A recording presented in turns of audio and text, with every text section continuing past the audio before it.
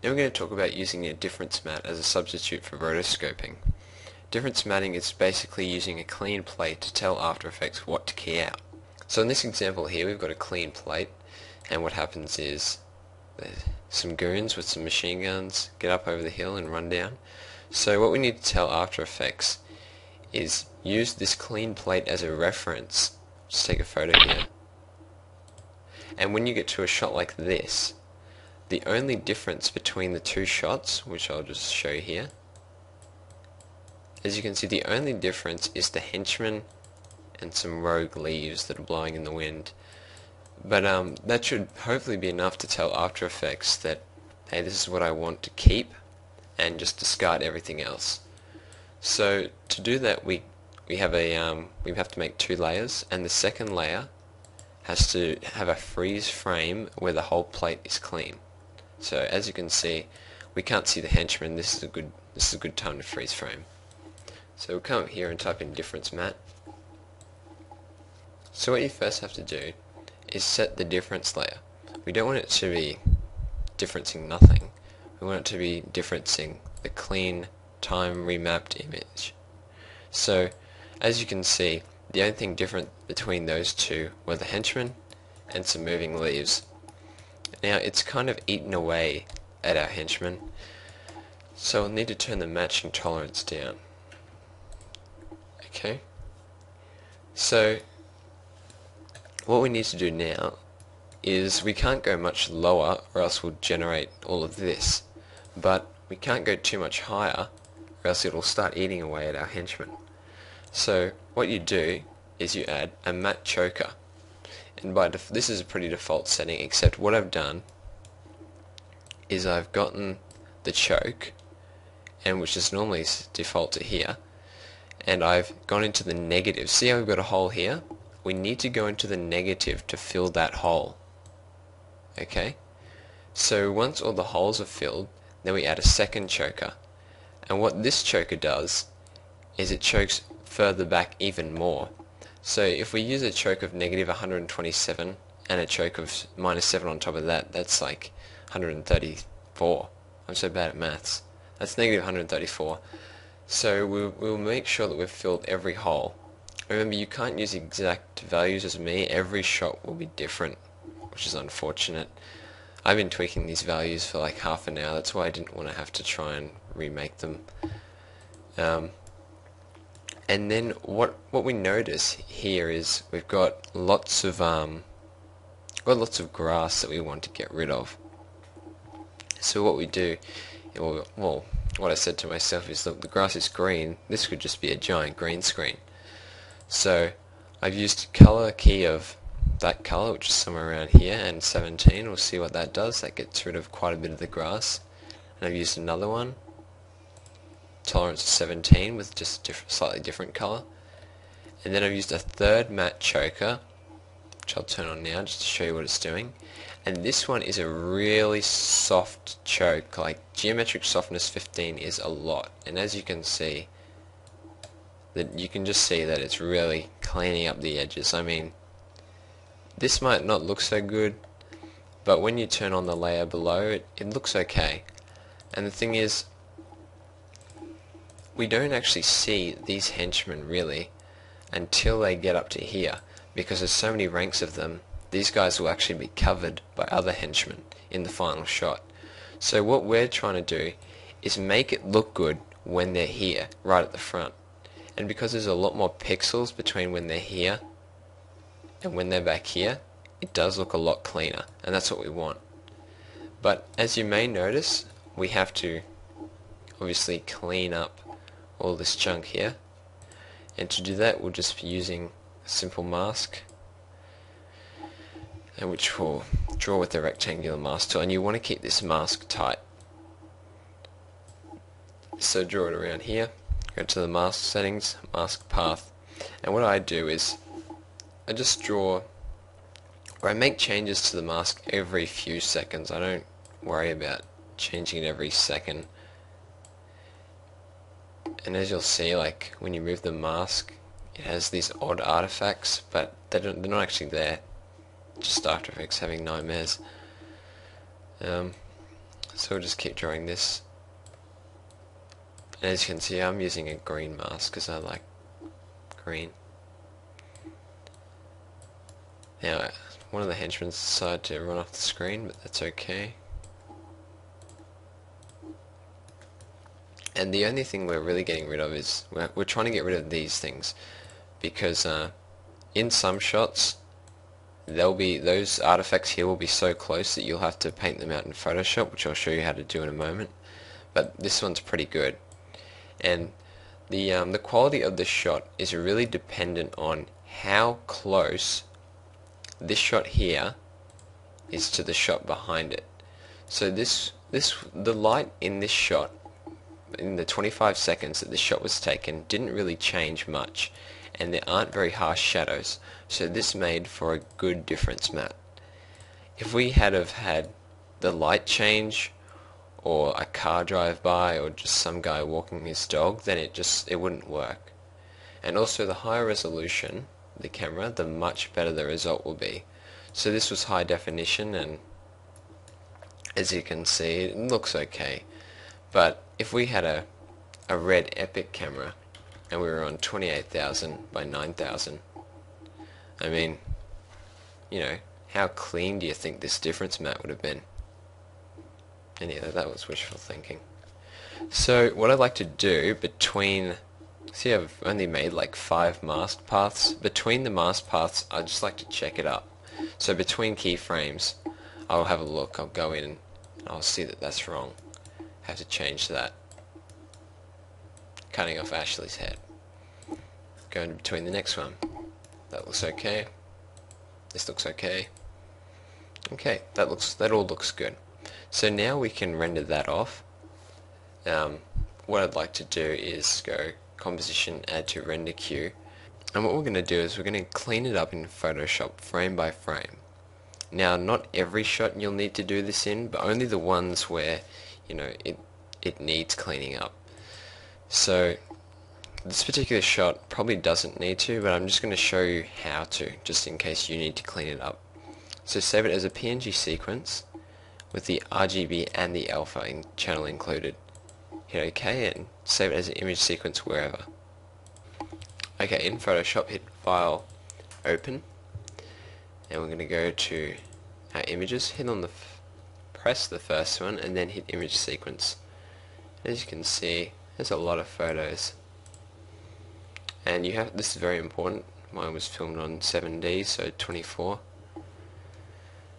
That's the standard, 24 or 25, whatever.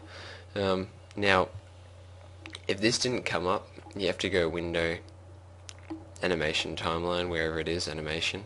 Mine's already here. Now, it's kind of like After Effects, it's Timeline, and in After Effects, you would come to somewhere like here and press the comma and full stop keys to go next frame, previous frame, but down here, it's got the buttons. And we're going to be painting out frame by frame, so we really need to set up some shortcuts. So go Edit, Menu, Keyboard Shortcuts, sorry, and go down to the Animation Timeline, not the frames, Animation Timeline, and what I've done is set myself some keyframes. So the previous frame will be Control A, the next frame will be Control S, and they will be my comma and full stops. Now it's kind of silly taking away the Control Save, because you know it's the same keyframe for save, but this is only temporary. You could use Control Z and Control X, but I thought this would be more appropriate, just whatever's close to the control key, because you can't just set A and S, you have to set a control. So that's why I hit Control A and S, because they're close to the keyboard. Sorry, close to the control button. Once you've done that, accept OK. And what we'll be doing is Control plus to zoom in. We'll just scrub through here. Looks pretty clean, but as you'll see, we've got things like this, and to make it more clearer, go Window, Layers, hit Control Shift N, grab a new layer, drag it below, hit Control Backspace, and that creates white, so we can see that that's a problem, and we've got to stop the problem. We've got to stop the problem right now. Fenster, Eraser Tool. Okay, so what we do is we erase it. And as you'll see, hair causes a lot of problems with different mats and the chokers. So you might want to decrease the hardness and zoom in here and rub out some of his hair. And what this does is it'll rub it out on one frame. We go the frame before, we've got to rub it out again, okay? And the frame before, and we just got to keep going. And this may sound tedious, but this doesn't hold a candle to how tedious rotoscoping. Like this is therapy in comparison to rotoscoping.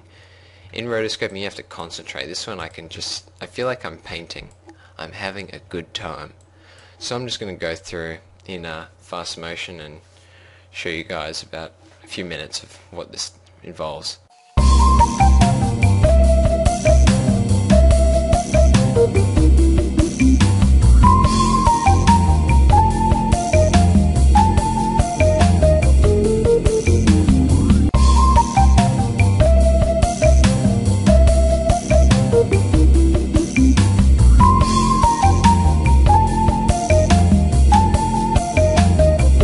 Once you finish that, you have a nice clean mask. Delete the layer 2. You were helpful, but we don't need you anymore. Go File, Export, Render to Video. And we're using a PNG sequence. Save it wherever with whatever name. And make sure the alpha channel is set to straight unmatted. I'm pretty sure by default it's set to none. We wanted that. Okay. Hit print. I'll see you on the other side. Okay, so when you're importing them, just make sure you go Edit, Preferences, Import. And make sure the sequence footage is set to whatever you're working with. So again, I'm working with 24, so that's all good. So I've got my image sequence here. It's called rank 1, and as you'll see, I've got other ranks here because I filmed, let's see what rank 2 is. Rank 2 is the guy behind them. And as you can see, 2 of them are just AVIs and 2 of them are PNG sequences. And that's because I didn't have to clean up ranks 2 and 3 in Photoshop. The only ranks that I needed to clean up were rank 1 and 4, and because I had to send them to Photoshop to do the cleaning up, that's why they're in PNG format. So now you'll see that this composition is like 25 seconds long. Now it's obviously too long for our shot, so I'll just solo rank 1 for 1 sec. I don't want a 25-second long shot that'll bore the audience to death. I'm going to set it to about 7. So I look at the composition and it ends at 24:03. So I'm going to start the shot at 17:03, and that'll give me a 7-second shot. Now what I'm going to do is go to the very end here and press the end bracket so that this composition ends when this footage runs out, and that's what I want. So at the start of the footage, they're about here. Now what I'm going to do is turn on rank 2. Okay, and as you can see, they look a little too close. So what I'm going to do is send them back a bit. And what you might want to do with rank 2, or any of yours, of course yours aren't the same as mine, go contrast. Brightness and contrast, because the lighting changed between these two shots. And as you can see, the grass is too dark. So we'll just trial and error, and whenever you turn the brightness up, you have to turn the contrast up, or else it looks retarded. So it's getting there, still a little dark. That looks good. That's obviously not the same shade as the grass below it, but it kind of looks like it's an overcast day and it's a fine shadow, and that's what we want. So when we turn rank 1 back on, you have to decide how far away you want your ranks apart. Do you want rank 2 breathing down rank 1's neck like this, or do you want them to be like off in the distance? So that's probably where I want them to be. And now what you do is you duplicate rank 1 again, send it below all of them, and you send rank 1 even further back. So rank 1 is repeating behind rank 2. So we're kind of cheating here because, rank 2 has their set costume and rank 1 has their set costume. And if you're duplicating rank 1, then there's dudes with the same costumes on. But that's okay, because when you turn them all on, it just looks like people in the background. And you can go crazy here by like just keep adding ranks if you want. I mean, you've done the hard work. You might want to make a lot of people in this scene. I mean, once you've done the difference map, you can add pretty much unlimited people. So this is what it's looking like at the start of the comp, and by the end of the composition, it'll look like this. If we turn rank 1 back on, as you can see, there's still people coming over the hill, which is good. We might want to add some more people. So this is why we needed to keep the scene 25 seconds, even if the actual shot will only be 7 seconds, because we need to time the ranks. Okay, so that looks pretty good. Now I'm just going to add the ranks that I did earlier, and they are ranks 3 and 4, and because this is uncompressed AVI and PNG, it renders quite quickly, but still, if we've got a lot of those, we might want to turn them off. Rank 3, you can start here, and at the end of the composition, line him up. That's where they are. You might want to use the brightness contrast thing. I've already showed you how to do that, I won't worry. So we've got rank 3 there and rank 4 there. So we have to time rank 3 and 4 now. As you can see, even though it looks fine there, rank 4 being right behind rank 3, it doesn't work here because you know, like rank 3 gets up a bit too quick, so they're kind of like on top of each other. So we send rank 4 back a little bit, okay? And yes, he does have a crossbow, and he has bananas, and he has nothing. So it's going to repeat the same process as we did before. Rank 3, you can go to the bottom, and then we'll get some more dudes in the background. Rank 4, you can go back. And this has got to be the funnest part, just seeing it all come together. I mean, you spent so long trying to refine the difference maths, and this is just a little piece of heaven. By the end of the shot, this is what we get. We've got lots of different people in the background, and you know, even though there's double ups, it kind of, I mean, yeah, if you're wearing a bright orange jacket, then you're going to be noticeable, but the other guys look pretty generic. And once you turn everyone on, you know, that's a lot of people. And I've just got one more piece of footage, and I'll just drag that in here. I'll call it rank 5. And this one required no difference matting, because I've done all the matting on these frames here, all these layers. So what I can do is just drag this to the back here, and as you'll see, it's not looking real good when I just put it in here. What you want to do is, these guys are just like there for show, so I'm just going to, at the very end of the frame, I don't want them to be so close to our real rank, so I'm going to send them back even further. And that's just going to add some extra people. I mean, they've all got unique costumes. I didn't have to difference mat this. You know, that's pretty quick and easy. Now, as you can see, most of them are darker than the actual layer. So, and that's because when we added rank 5, it wasn't pre-matted, so it's solid.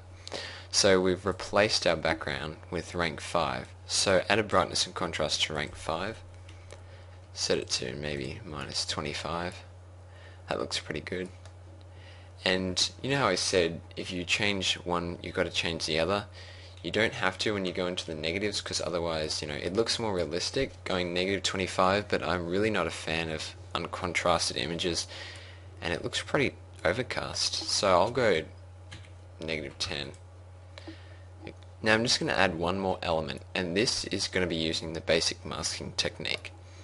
So what we've got here in this shot is these guys, they're just, the whole shot is they start here and they march down to about here. Well, they actually march all the way to the end, and that's all it is. And what we want to do is we want to draw a mask around, we want to find out where they start, just about here. We want to draw a tight mask around them. So get the mask tool, and you can go extra high and low. Just we want to keep it tight widthways because we want to fit in as many of these guys as possible. So we'll set the mask path here, go to the start where there's nothing, and can move that over there.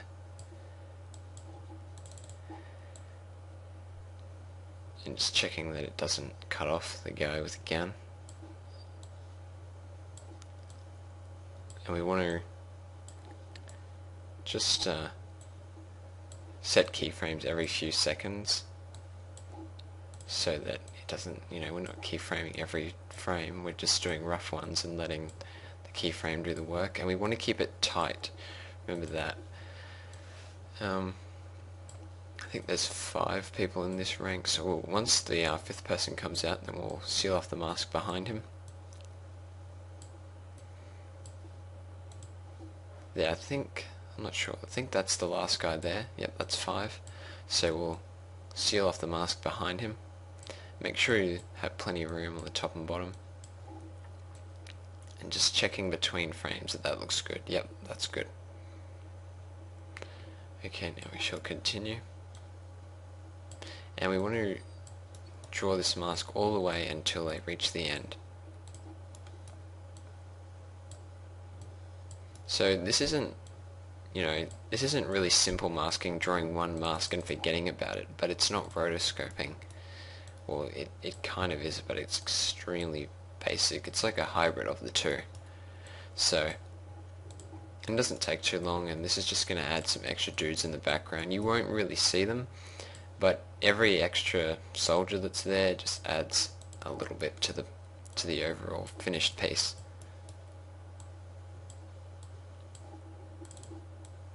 Nearly there. You could select the layer and then select the mask, and that gives you control of the whole mask, so you don't have to drag individual corners. That's probably quicker.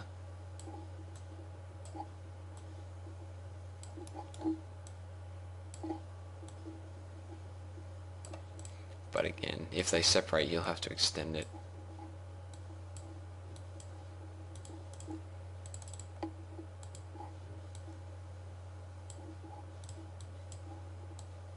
Now we're not going to actually use them walking off to the very edge, but I'm just going to mask it just to prove a point. Once you get to the very end, you'll just go back and preview in between frames, so make sure everything's okay. That's okay. That kind of cut off a bit of the front runner, so we'll extend the mask here. Hitting K and J to go between previous and next frame. That looks good. That looks good. Oh, he got cut off there, so we'll go to this frame and extend that a bit.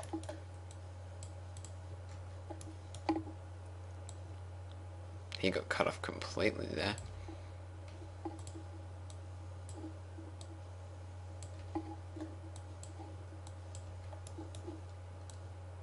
Okay, that looks good. And what you might want to do is feather that out 20 or 30, just to give it some softness. And we're going to find out where this is where it starts. This is where the mask starts. We need to find out where it ends, or where it leaves that start point, which is about here. 7 seconds and 2 frames. So once we know that, we're going to duplicate it, and we're going to start this one at 7 seconds, 2 frames. Okay, then we're going to duplicate it again and go to 14 seconds, 4 frames, which is again another 7 seconds, 2 frames. Then we're going to duplicate it again, go forward to 2106, and I'm using the I don't know what that is. It's like a squiggly bracket, begin bracket that makes it start whatever that thing is called. So we'll duplicate it again. 2808. Start you. Okay, so now we've got a long line of marching people. Now if you go back into the into the other composition that we were working in, wherever that was. Sorry about my messiness. I think it was called main plate. We'll realize that rank 5 is a solid, so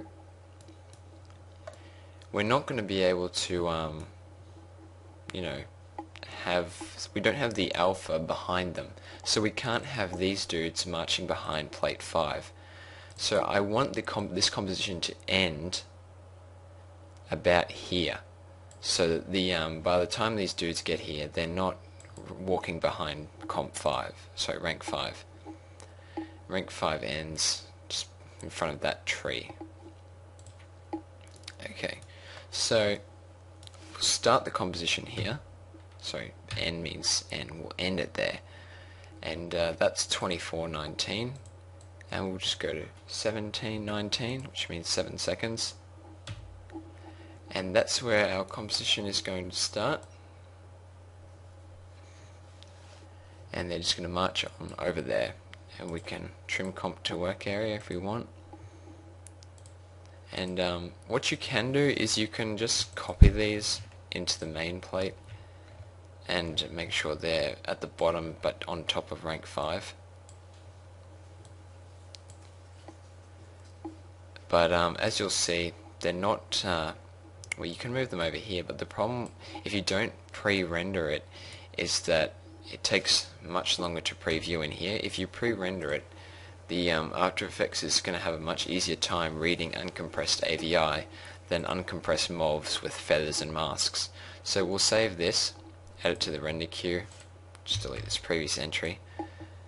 And again, lossless with the RGB and the alpha, and save it wherever. And this is just it rendering. We can, when it renders, it's a good chance to watch it in slow motion. So just to make sure that ranks don't overlap each other or anything goes wrong. And it gives you something to do in that 1 minute that it's going to take. Okay, so once you've exported that, import it again and place it on top of the rank 5, and then at the very end we want it to line it up, and as you can see it looks good, but it's looking a little bright. We'll just do the brightness and contrast again. -20. Oh, that looks a bit dark actually. Each shot is different light because this was shot in the afternoon, so you know. Okay, and once we turn on every other layer, we have our finished shot, and there is a lot of henchmen in here. As you can see, they're not too noticeable, but it just adds some depth to the shot, having dudes in the background marching down.